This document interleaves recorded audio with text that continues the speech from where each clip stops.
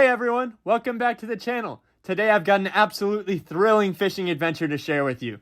We headed out to the majestic Potomac River with our brother and a special guest. Not my dad, but somebody else's dad, Craig. Craig is a bit of a legend when it comes to fishing in the Potomac. He's known for his great angling and his not so great jokes. He set up 3 poles for the catfish while me and my brother fish for bait. That reminds me, I should introduce you to my brother. This is Adam. He likes to tag along with me on my adventures. I think I got my first bite. This is gonna be huge. I can't wait. It turned out to be the smallest perch I'd ever seen in my life. What a catch. Not long after, I caught his friend Gil. Oh, Gil.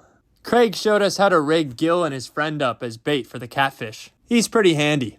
But I'm not sure Gil was a huge fan. Oop, there he goes. Flying as fish do.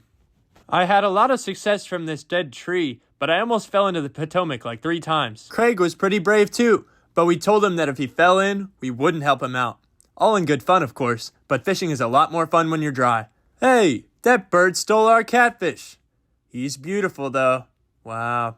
Meanwhile, Adam's busy catching the first catfish of the day. It looks like a channel catfish.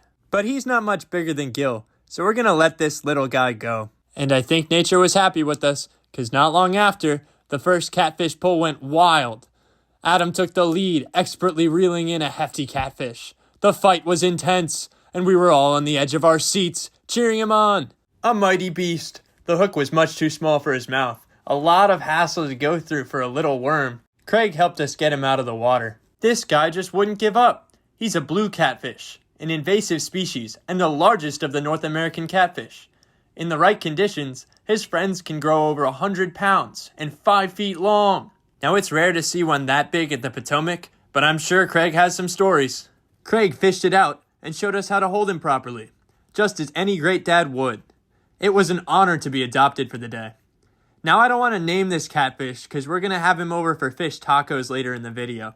It just makes the process a little easier. Great catch, Adam. It took me a while to get one of my own, so when I did, I was hungry for a bite. My fish was not happy with my decision. He tasted like the river smells, which isn't great, but I don't really know what I was expecting. Just high on life. Craig notched one to make an even 3.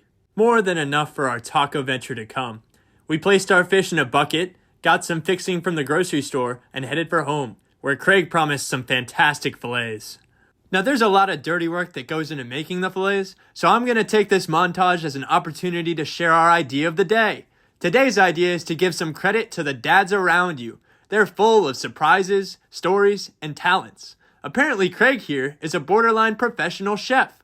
What a score! He even taught me to fillet my own fish, so you won't be seeing me in the McDonald's drive-thru anytime soon. Well, maybe just a few times.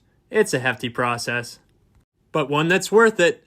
Once we had our fillets washed, Craig put some butter on a pan, spiced them up, and threw them on the stove. I want to thank you so much for joining us on our fishing adventure, and I hope you can come along on our next.